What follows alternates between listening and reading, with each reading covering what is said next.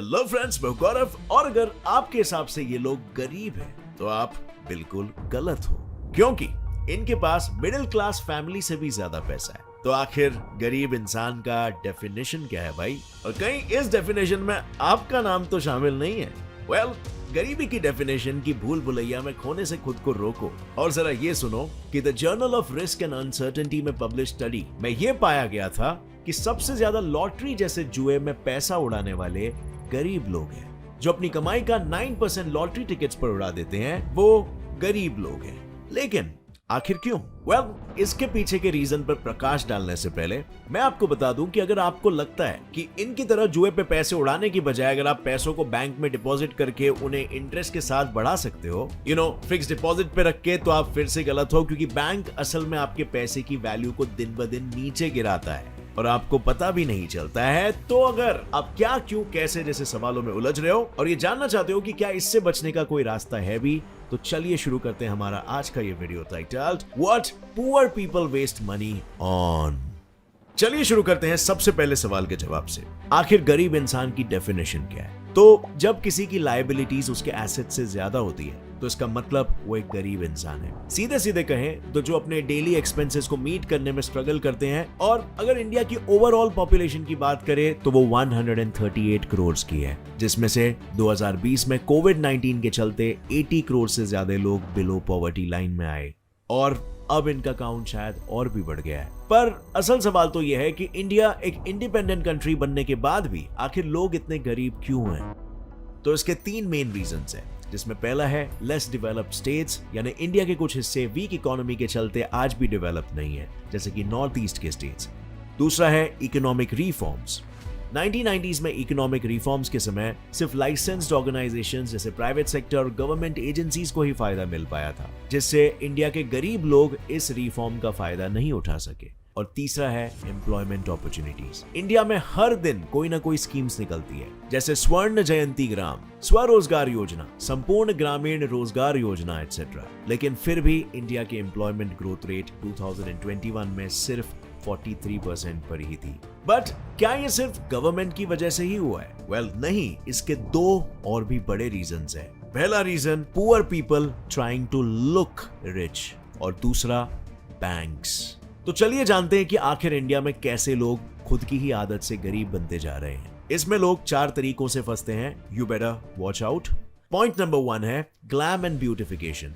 स्टैटिस्टा development research के according 43.88% women एक महीने में अपने अपीयरेंस पे ऑलमोस्ट 700 रुपए, यानी कि पूरे साल में 7,500 रुपए खर्च करती है। पर इस कम्युनिटी के अलावा बाकी के 66% वुमेन ऑलमोस्ट 3,000 रुपए से ज्यादा, यानी कि ईयरली 36,000 रुपीस अपने ग्लैम एंड ब्यूटिफिकेशन में खर्च करती है। और फायदा हो रहा है बस कॉस्मेटिक इंडस्ट्रीज का। तभी तो 2020 में इस इंडस्ट्री ने 54,000 प्लस करोड़ रुपीस कमाए थे, जो 2021 तक 11% से और भी बढ़ने वाला है। लेकिन लोग अपने लुक्स के ऑब्सेशंस पर इतने पैसे क्यों उड़ा देते हैं?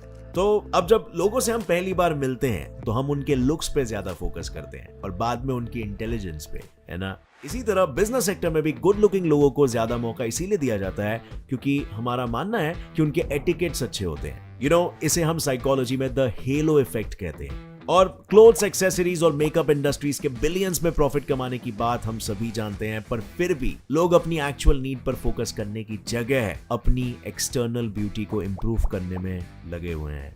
Point number 2, gambling. और यहाँ गैम्बलिंग से मेरा मतलब है लॉटरी की गैम्बलिंग। तो अगर स्टेट वाइज देखा जाए तो केरला, जिसकी पॉपुलेशन ऑलमोस्ट 3.34 करोड़ है, वहां पर week almost 7 crore lottery tickets बिकते हैं। अब जरा अंदाजा लगाओ कि महीने या साल में ये कितने बिकते होंगे। मैं ही बताता हूँ। 13.4% इन 1980, 38.39% इन 2000 और 2016 तक तो इसमें 80.49% का इंक्रीमेंट हुआ था। और तो और ये पूरी इंडस्ट्री लगभग 50,000 करोड़ की है, जिसमें से अगर सिर्फ केरला की बात करूं तो 2018 में 9,276 करोड़ रुपीस और इस साल 11,800 करोड़ रुपए का रेवेन्यू सिर्फ गवर्नमेंट को ही मिला है। पर सोचो, सिर्फ केरला ही नहीं, भारत के दूसरे 28 स्टेट्स के लॉटरी के पैसों को भी अगर एक साथ जमा किया जाए तो वो कितना बड़ा अमाउंट बन सकता है। लेकिन हैरान करने वाली बात तो ये है कि लोग इस बात से अनजान हैं कि उनका वो लॉटरी जीतना पहले से ही नामुमकिन है। एग्जाम्पल के लिए, अगर एक इंसान हफ्ते में एक लॉटरी लेता है जिसमें उसे 49 में से 6 नंबर्स करेक्ट गेस करने होते हैं, तो उसके जीतने के चांसेस करीबन 14 मिलियन यानी 1 करोड़ 40 लाख में से एक होता है। और इसके हिसाब से अगर वो इंसान हर हफ्ते भी लॉटरी खरीदे तो उसे जीतने में 2,69,000 ईयर्स लग जाएंगे। बट हम तो सिर्फ 70-75 साल ही जीते हैं, तो लोग इसे फिर क्यों खरीदते हैं? वेल, अमेरिकन एसोसिएशन के मुताबिक लोगों को इससे पॉजिटिव एक्सपेक्टेशन मिलती है और इस एक्सपेक्टेशन के चलते लोग अपने पैसे गवा देते हैं। Point number 3, latest tech. आजकल रोटी, कपड़ा और मकान के अलावा लोगों ने सेल फोन, व्हीकल्स एक्सेट्रा को भी बेसिक नीड बना ली है और इसे पूरा करने के लिए वो EMI का सहारा लेते हैं। यही वजह है कि 2018-19 में डेवलप्ड सिटीज में 54% और अंडर डेवलप्ड सिटीज में 46% लोग EMI के चक्कर में फंसे हुए थे, बिना ये जाने कि इस चक्कर से वो कभी भी बाहर नहीं आ सकते। वेल, नहीं समझे? कोई बात नहीं, मैं एक एग्जांपल देके समझाता हूँ। अगर आप EMI पे 10,000 का कोई फोन खरीदते हो 2 साल के लिए, तो हर महीने आपका थोड़ा थोड़ा करके कुछ पैसे आपको भरने पड़ेंगे, वो भी इंटरेस्ट के साथ माइंड यू। और 2 साल बीतने तक उसकी पेमेंट पूरी होने के बाद एक तो वो फोन की वैल्यू मार्केट में कम हो जाएगी, तो उसकी वैल्यू 5,000 हो जाएगी और शायद तब तक दूसरा फोन खरीदने की नौबत भी आ जाए। और बिल्कुल इसी तरह से ये एक ऐसा लूप बन जाता है जिससे एक गरीब इंसान ना चाहते हुए भी इस लोन और EMI के लूप में फंसा रहता है। Point number 4, partying and smoking. Partying और स्मोकिंग ही हमारे देश का कल्चर नहीं था, बट आज हम इस कल्चर को इक्वली फॉलो कर रहे हैं। जहां कुछ लोग इसे मजे के लिए करते हैं, वहीं कुछ दिखावे के लिए करते हैं, टू लुक कूल। क्योंकि हम हमेशा हॉलीवुड नहीं तो बॉलीवुड में यही देखते आए हैं, राइट? अगर कोई इंसान अमीर है तो दारू, स्मोकिंग और पार्टीज करता है, और उन्हीं के तरह उनकी नकल करने के लिए हम भी अमीर दिखने के लिए यही सब करते हैं। बिकॉज हमें नहीं चाहिए कि ऐसा ना कर हमारी गिनती गरीबों में आए और हम अपने सर्कल से लेफ्ट आउट फील करने लगे। सो या, बट ये तो सिर्फ पहला रीजन है। अब बढ़ते हैं हमारे दूसरे मेजर रीजन पर, जो है बैंक। अब भाई लोग, आई नो आप अक्सर सोचते हो कि अगर हम बैंक में पैसे डालें तो वो कांस्टेंट ही रहेगा, तो वहां पर सेफ रहेगा, और अगर हमने FDs में डाला है तो वो इंक्रीज होते रहेगा। पर क्या सच में ऐसा होता है? Well, transaction fees, loan interest, interest on credit cards, ये सब तो बेसिक सी बात है जिसकी वजह से बैंक में हमारे पैसे रख बढ़ने की जगह पे कम होते हैं। लेकिन ऐसे और भी कई अनदेखे रीजंस हैं जिनसे हमारे पैसे कम होते हैं, लाइक इन्फ्लेशन। 2005 में $1 की प्राइस 43 रुपीस थी, पर आज उसकी प्राइस बढ़ के लगभग 74 रुपीस हो गई है। अब मान लीजिए कि उस समय आपके बैंक में 10,000 रुपए थे, और अगर आपने उसी समय बैंक से वो पैसे निकाल लिए होते, आपको पर डॉलर के हिसाब से $232 मिलते। लेकिन रुपीस की वैल्यू कम होने की वजह से आपको सिर्फ 135 मिलेंगे, यानी कि सीधा $103 कम। या मुद्दे की बात यह है कि डॉलर की वैल्यू बढ़ी, लेकिन उसके चलते अपने पैसों की वैल्यू कम हो गई। तो क्या आप भी यही कहेंगे कि बैंक्स में आपके पैसे बढ़े हैं? हालांकि ये बात और है कि बैंक्स का जितना फायदा होता है उतना ही नुकसान भी, और बैंक के नुकसान होने के बहुत से रीजंस होते हैं, लेकिन जो एक बड़ा रीजन है वो है इन्फ्लेशन, जिसे एक एक करके समझते हैं। इसमें सबसे पहला है इम्पैक्ट ऑन बैंकिंग फंड्स, यानी कि जब मार्केट में फ्लक्चुएशन होता है तब लोगों के पास बैंक में सेव करने के लिए पैसे नहीं बचते, जिससे बैंक्स में फंड्स की कमी हो जाती है। दूसरा है increment in interest rate of loans.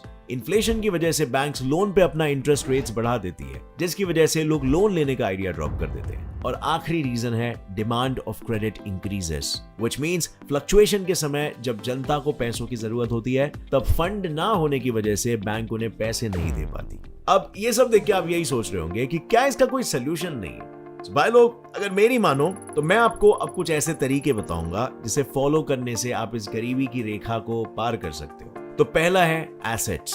जी हाँ दोस्तों, जितना हो सके उतने एसेट्स खरीदो, जैसे रियल एस्टेट्स या फिर शेयर्स या फिर इक्विटी या फिर म्यूचुअल फंड्स या इवन गोल्ड। रियल एस्टेट्स की बात करूं तो इंडिया में लैंड कम हो रहे हैं, जिसकी वजह से उसकी वैल्यू बढ़ती जा रही है, और आने वाले कुछ सालों में इसमें बढ़त देखने को 100% मिलेगी। जैसे 2020-21 में इसका रेट 2.6% था, जबकि इसके एक साल पहले यही रेट 1.1% था। तो सोचो आने वाले वक्त में ये कितना बढ़ेगा।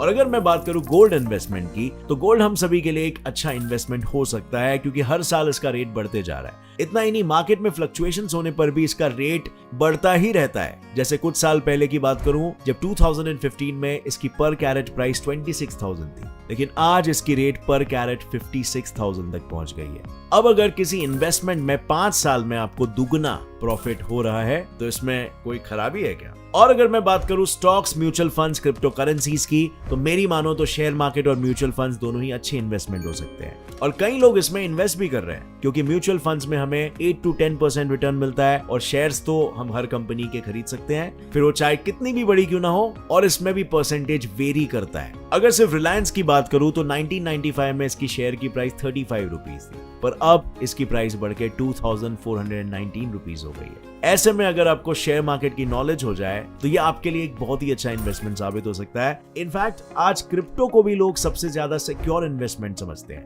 बिकॉज इस टेक्नोलॉजी को यूज किया जा रहा है। ये काफी सेफ, रिलायबल और फ्यूचरिस्टिक टेक्नोलॉजी है जिसे हैक करना नामुमकिन है, और ये तेजी से आपके पैसे डबल कर रहा है। जैसे 2021 में इसकी प्राइस $43,030 थी, जो कि जब ये लॉन्च हुआ था उसके कंपैरिजन में कितनी ही ज्यादा है। और भाई लोग, लास्ट है स्किल्स। वेल, इन्वेस्टमेंट करने के लिए आपके पास कुछ कॉमन स्किल्स होने चाहिए, जैसे एनालिटिकल थिंकिंग, मतलब लॉजिकल एस्टिमेशन और प्रॉब्लम्स को आइडेंटिफाई एंड सॉल्व करने की समझ। और इन्हीं स्किल्स में शामिल है डिजिटल लिटरेसी, जिसमें आपके पास सोशल मीडिया, वेबसाइट्स और टेक्नोलॉजी का ज्ञान हो।